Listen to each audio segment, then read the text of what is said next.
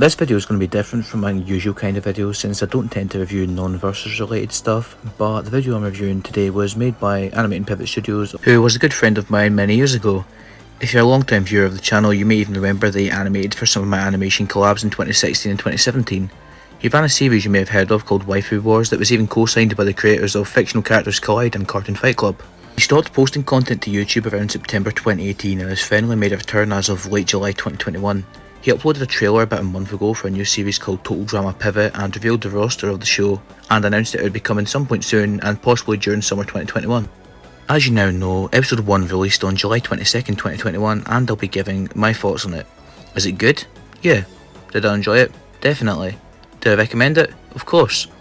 I'll be giving my full thoughts for this episode and why I think it's a great introductory episode for the series in this review.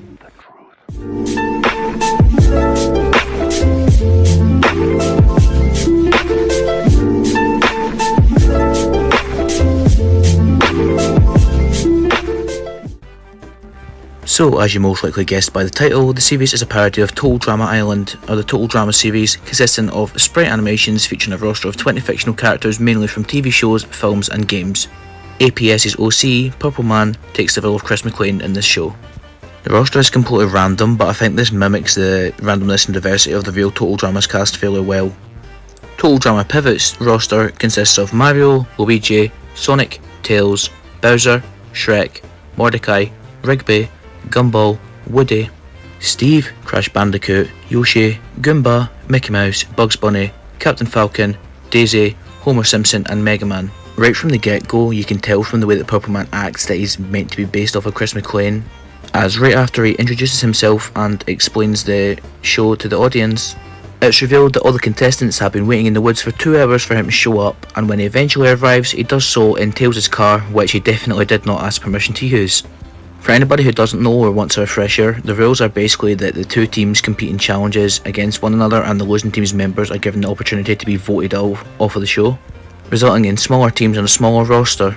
The winner in Total Drama Pivot, however, contrary to the normal Total Drama, wins a Pokeball that grants the user any wish they want. All the characters play off each other really well in the introductory scene when they're first shown, and they all act very much like they would in their respective series, except Steve, who obviously doesn't have a canned personality since he's an Avatar character. Some of the gags are really funny, like Woody saying that he's the coolest cowboy in existence, and Gumball saying that Rango would like a word, and also Rigby asking Bugs not to spoil Space Jam 2 because he hasn't seen it yet.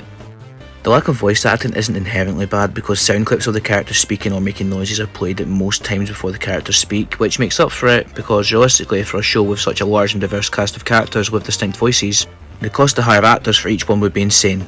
The choice of music in these scenes are pretty great too, since upbeat music and ambient songs add to the overall atmosphere. After learning they need to walk for 15 minutes to board a boat until they discuss teams, the characters are obviously infuriated before SpongeBob transmission occurs. Most characters that arrive on the boat pass out or lie down since they're obviously exhausted, but the remaining conscious participants discuss what they'd do if they'd won. Sonic says that he'd wish for Tails to be playable in Smash, and Luigi would wish for his own solo game which doesn't even feature Mario. Sonic comments on how he wonders what Mario and Tails would wish since they're both unconscious, and it cuts away to 2 scenes of the characters discussing it. Mario wishes for Mario Kart 9 and Tails wishes for a new jet and remarks that he would just build his own if he didn't win, which is really in character for him. The scene then cuts to Mordecai standing with Gumball and Shrek discussing why Rigby is sitting down and panicking, and when Mordecai reveals it's because he's scared of being on the boat, Shrek makes it much worse by saying that the last time he was on a boat in Shrek 3 it crashed. Gumball changes the topic to what they do if they all won, and Shrek says a reboot or to be in Smash. Mordecai remarks how he thought that only gaming characters could get into Smash, and states that he and Rigby would wish for a new gaming console for the two of them, but they're not sure which one yet.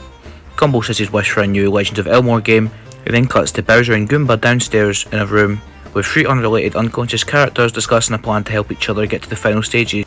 This plan includes sabotaging the game and getting everybody eliminated, with Mario, Luigi and Yoshi going out last. Yoshi, who was sleeping behind them, wakes up to hear most of the conversation, which Goomba notices, but Bowser is too late to pick up on since by the time he'd caught his attention, Yoshi had already shut his eyes again. It then transitions to the remaining characters discussing their wish, and Woody gets torn to shreds for saying he wants a Toy Story 5 since everybody else thinks that the 4th one was pointless. They even comment on how Mega Man is asleep with his eyes open, which is disturbing because he's programmed to do such. The conversations are cut short when everyone is summoned to deck by Purple Man with a 5-minute countdown, followed by another SpongeBob transition. Purple Man then announces that teams will be selected and asks everybody how excited they are, which is met with astonishing silence and a comical cricket chirp. He then selects Mario and Sonic to be team captains. After a transition, Team Nintendo, headed by Mario, is revealed to consist of Mario, Luigi, Mordecai, Rigby, Steve, Gumball, Daisy, Woody, Yoshi and Goomba. Team Sega consists of the remaining 10 characters. At first the team names don't make sense since characters like Bowser are on Team Sega, but this is because the teams were named by their captains who each got to pick their teammates, and it makes sense for the captains to name their team after their home brand. The teams are told to go to their new rooms and another SpongeBob transition occurs. Team Nintendo discusses how nice their room is and praise each other, and Rigby gets used to being on a boat. Mordecai remarks how he's glad that Rigby isn't hurting his ears with shouting anymore, and Rigby responds that Mordecai doesn't have ears, which is fucking hilarious. Goomba gets upset about not being on Bowser's team to carry out their plans since Sonic picked Homer over him. Meanwhile, Team Sega take a more competitive approach and remark how they can't be beat and have such an amazing team. Bowser tries to make an alliance with Shrek since he doesn't have Goomba on his team, and Shrek refuses, stating that he can win on his own, and that he doesn't need Bowser's help before the episode ends. Rubble has given me no choice but to... I love the character interactions in this episode, and it serves as a great introductory episode for the series. It's very enjoyable and easy to digest despite the lack of voice acting. The subtitles appear for just long enough to read them and not drag out the pacing of the episode, which is great. As I've said, all the characters are portrayed very well, and some that I've noticed that are especially great are Woody, Shrek, Mordecai, Rigby and Bowser.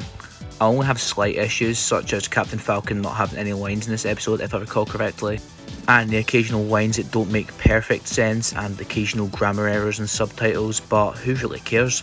The show's great, especially since it's entirely self-produced by APS, which would be insanely hard for a show like this. I reckon it's a great return to form and a step in the right direction content-wise, since his last show Waifu Wars would get stale due to the text-to-speech voice, and this show doesn't require any voice acting.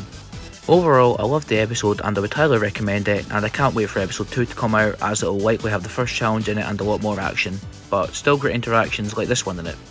If you enjoyed this review, consider checking out AnimatingPivotStudios channel and the episode that I'm reviewing, and also consider subscribing to my own channel if you enjoyed what you saw and would like to see more videos like this. Also, let me know if there's anything else you'd like me to review next, and that's about it.